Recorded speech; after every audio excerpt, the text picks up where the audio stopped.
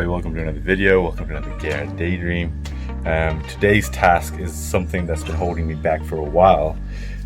Basically, what I want to do today is start work on getting at least one of these rear shocks for the Tein Flex Z and EDFC stuff sorted, because that's holding me back from installing the sway bars, from installing the brake discs and pads, because all of that sort of ties in for the front and rear. So I want to do all of this in one go, basically over the course of the next few days. But this video will be dedicated to installing the shocks, and I'll show you why on the rear and the potential adjustment that you might have to make, simply because I've got aftermarket drive shafts, as you know, DSS 800 HP. If we look there, I already have quite a bit of a sort of a clearance issue.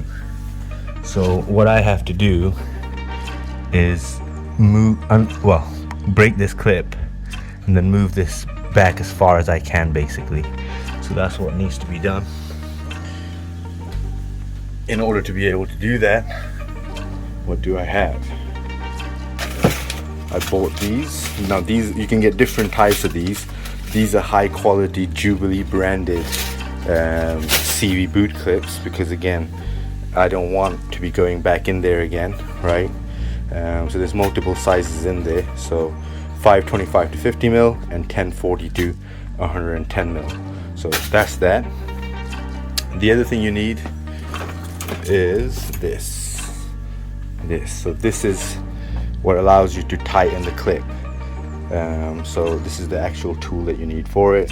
It's got some square drive stuff, so if you really want to give it some oomph, you can do that as well. So we've got the, and it's just a case of now undoing 4 bolts. So 2 here and 2 at the bottom there, and taking it out and see what we have in terms of clearance.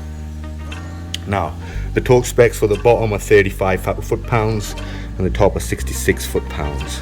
So just thought I'd mention that right now, so you guys can get on with what you got.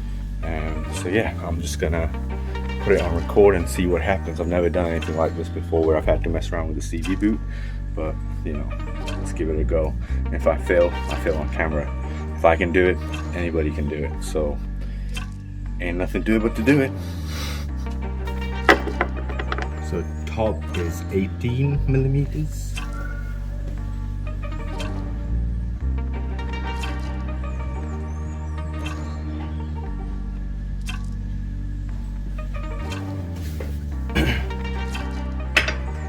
And bottom is 15 millimeters. So we've got the top 18 millimeters and the bottoms are 15 millimeters. So we'll do the top ones first, I think, and see where we are.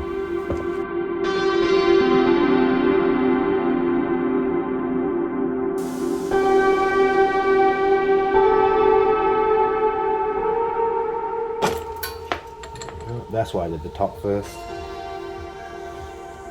because it naturally wants to sort of come towards you. And what I didn't want is for, as I'm doing the little ones, for it to sort of want to slide and sort of ruin the threads.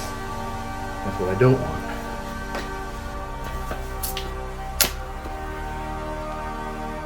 So there and there.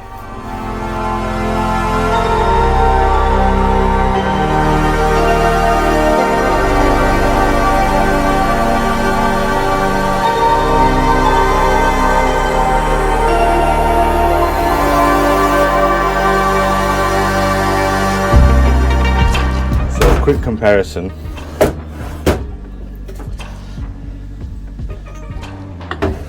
Everything's the same, but you can see even this is thicker, obviously, to allow for the adjustment there.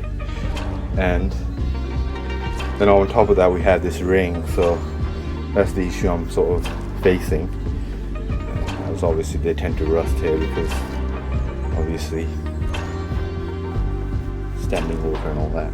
But yeah, not bad for 5 years. So yeah, time to install this and see where we stand now. I've had to clean these bolts off with a lot of the Loctite that was on there. So these are the bottom ones, 15 mil. So I'm just gonna gently put them in and see where we stand with the alignment, and take it from there really.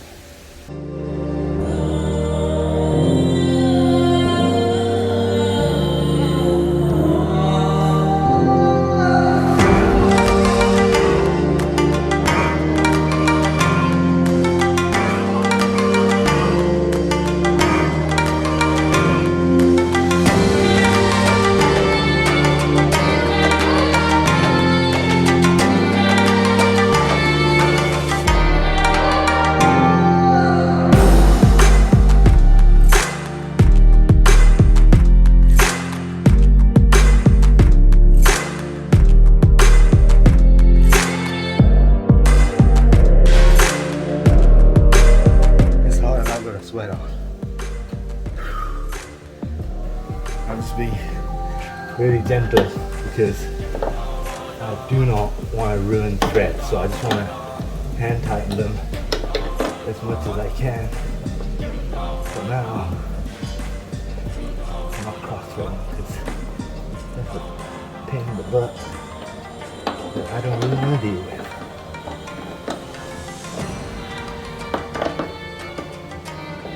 There we go. That's in as a mock-up basically. And as I suspected, we've got major rubbing issues if we don't move it to the back. I don't even think it'll still work, but you know, there's only one way to find out. Okay. Now I'm just going to take it out again because I need access. Actually, I might just leave it in there and work with the space that I have because I don't really fancy putting on that shock again. I've taken the clip off, so I just cut it at the little bit that sticks out. I used my tin snips. I tried to use some wire cutters, it didn't work. Tin snips were the way to go. Made light work of these. So yeah, and the situation here is, where's my light? I think you should be able to see it anyway. It's looking a lot better, so I've moved it as far back as I can. This is contacting, but I think I should be okay. But there's no contact there, which is the main thing. It's about the same as the Ford one, really. I'll just try and get it as far back as I can.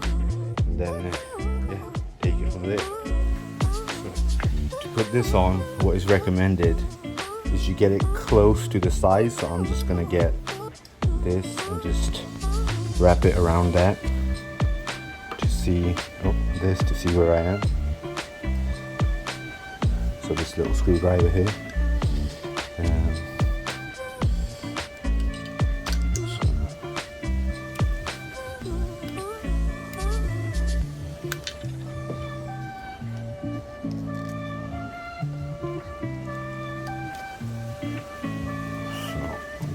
So I'm just going to slide it off. Don't need that no more. So we have this like so. And now what we need to do is to put it on the thing so I can see if I can get you guys a better angle.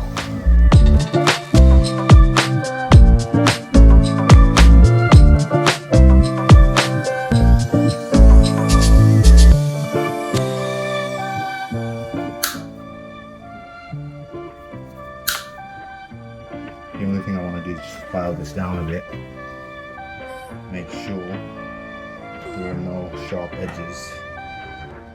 It doesn't feel like there are, so we're good.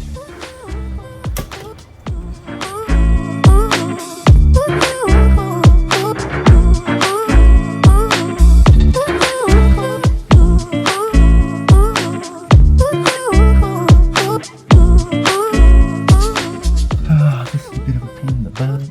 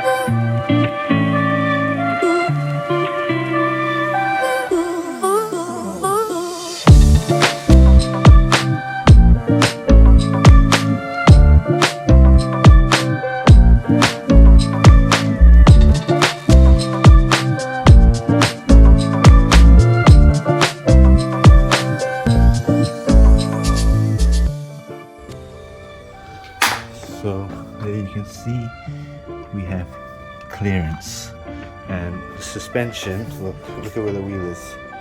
So it's pretty high up, and the further up I take it, the further away it seems to move. So I think we can make this work. Excellent. Right, so this is done. I'm happy with that. What I've done is I've just put some white marks all around the boot and behind it, just to make sure that I know it doesn't make any contact, and I can drive it for a few miles and check it out. Right, so I just wanted to give a quick summary of what I've done and where I am, how it's going. So that's all done. I've yet to torque these. I'm just going to move the wheel up a bit and then torque them so it's in a neutral position. So that's that. In terms of the cable routing, you can see I've used the 2 holes here, there, and I've put a cable tie through those, and then I've put another cable tie through the cable tie and cable tied it. I think that's just a better way of doing it. And then I've put the cable behind the speed sensor and the diffuser breather and run it along the top here. And then what I'll do is I'll run the connection cable from here, probably in front of the brake line, because God forbid if something happens and it rips, I don't want it to rip the brake line. So in front of the brake line, but behind this, so it will just hold it in place, and then into the boot area. You can see where everything else pretty much goes, really. So that's the routing for the cables that I'm thinking of doing. In terms of this, you can see I've put some white marks on the rubber boot, just to make sure that if there is any rubbing, anything like that, I'll know. But that is tight and all good. I moved it all the way. I moved this all the way up to the point where it lifted the car off of there, which means that's it. It reached its maximum movement capacity and there was no contact. And this is obviously maximum droop as we are, so there's still no contact. So I'm quietly confident that we're okay there as well. And the best way to sort of tighten this CV point thing is to approach it from this side, between the camber arm and the lower control arm. So you know, that's the best way that I found to do it. There's just enough space to be able to use the correct tool, which I think is inside, to be able to tighten that and make it, oh there it is, and do it really good. So how does this tool work? So I'm just going to quickly show you. So I'm just going to use one of these bigger ones as an example. Let's say you've got your, because I don't really need this big one again. You've got your thing there. I just found that it was helpful just to bend this a little bit. You get it on there in the first hook, for instance. Let me just get it in, like so, just as an example. And then what you do is you have this special tool, which what it does is it crimps it, which tightens it, but instead of allowing it to come back up, it pushes it down as well. So it can tighten it quite a bit. You don't want to tighten it too much and rip the boot, but like I said, this is important to get good quality clips. Reason being, oh, come on, goodness. Well, you can see they're good quality clips. Reason being, so you don't want the cheap ones. This clip probably doesn't exist. I think it usually doesn't, and it's sharp, which can rip your boot, and so are these. Whereas these are nice and dull, but they have enough of a hook that it's not going anywhere. And then the cheap ones don't have this indent, which means that it wants to sort of pop up, right? Even if you have the other tool, but this just makes sure it's secure. This is OE quality, like I said, it's Jubilee, it's branded. This is good stuff, so you know, spend a little extra. I think like this pack of 10 cost me like £20, so 15 to 20 pounds old money in terms of pre-COVID and you know, all this fighting and all that stuff that you know I could talk about for hours, because me and you are paying for it and I don't want to, but yeah, here we are. So yeah, just bear that in mind. I'm just gonna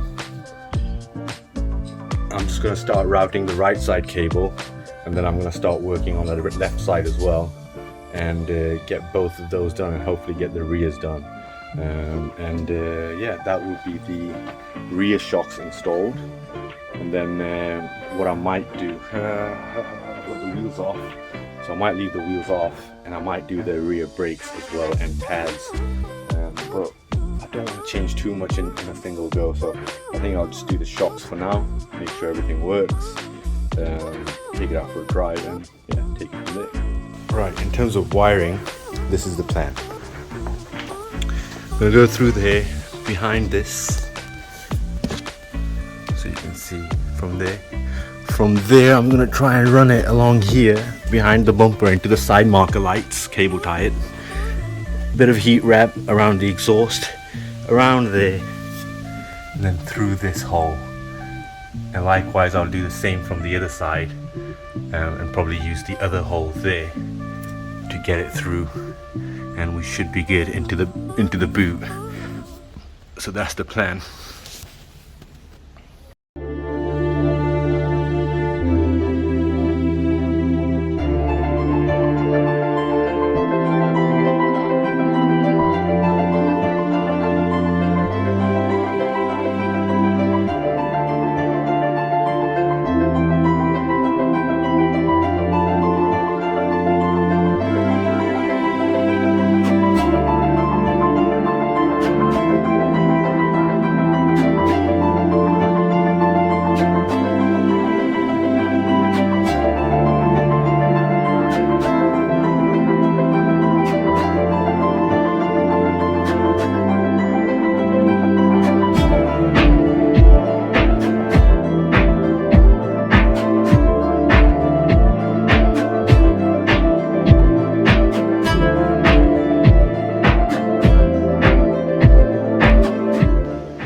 Right, so we've got the wire going from there, down there, behind the shock, on top of this little point here, in front of the brake line, because just in case something happens here and it rips, I don't want it to rip the brake line, because I've already had to repair it once.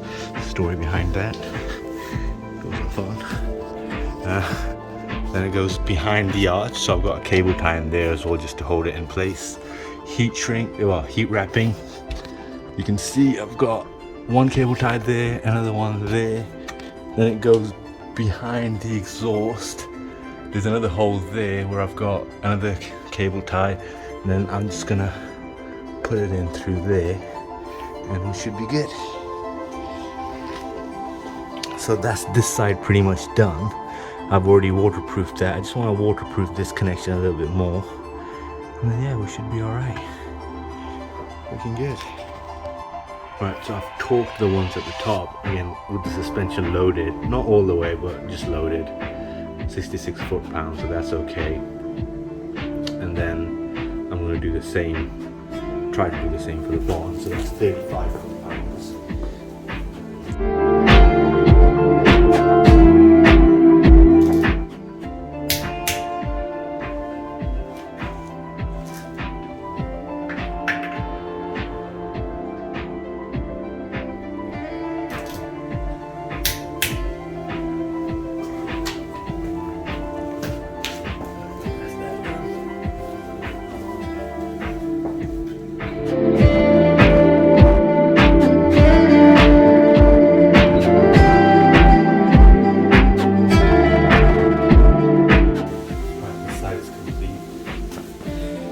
Show you what I did there.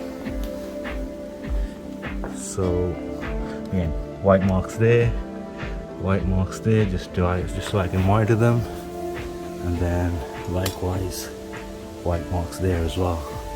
And this is all torqued and everything's good. Now I'm going to work on the other side. I'll get it done, and then I'll tell you guys any differences or whatever.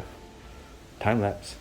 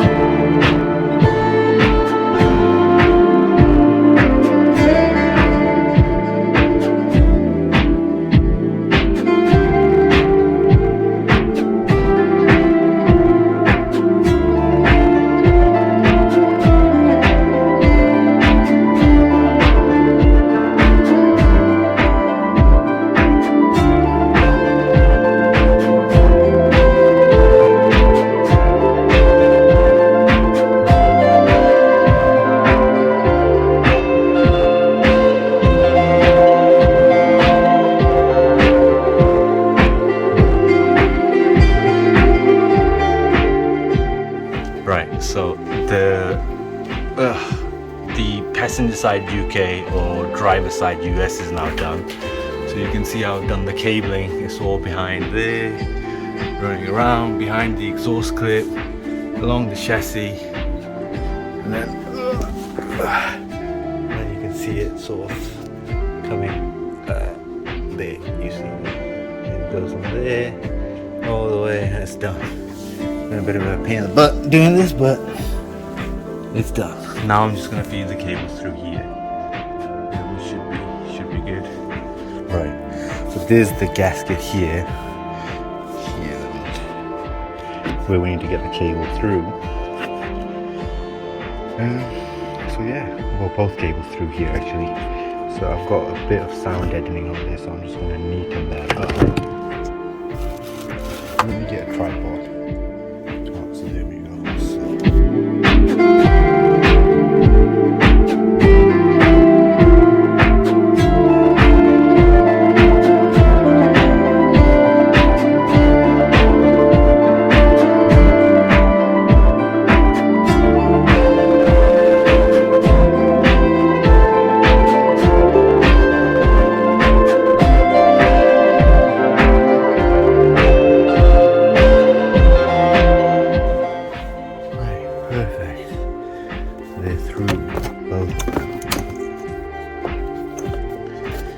Now all I'm going to do here is get a cable tie.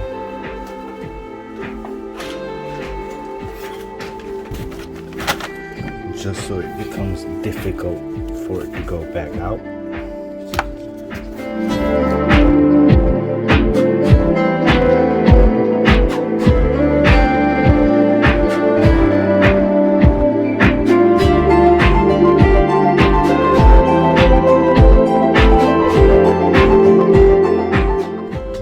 Driver where the piece of wood is somewhere, and that will be the rear, ready to communicate. I need to get power to it, so I'm going to run the power from the front to the boot. I just want to dedicate power for this system. But yeah, so this is a huge step done. Next I'll do the fronts, but that won't be today. I'll probably do that in the next couple of days. Peace out.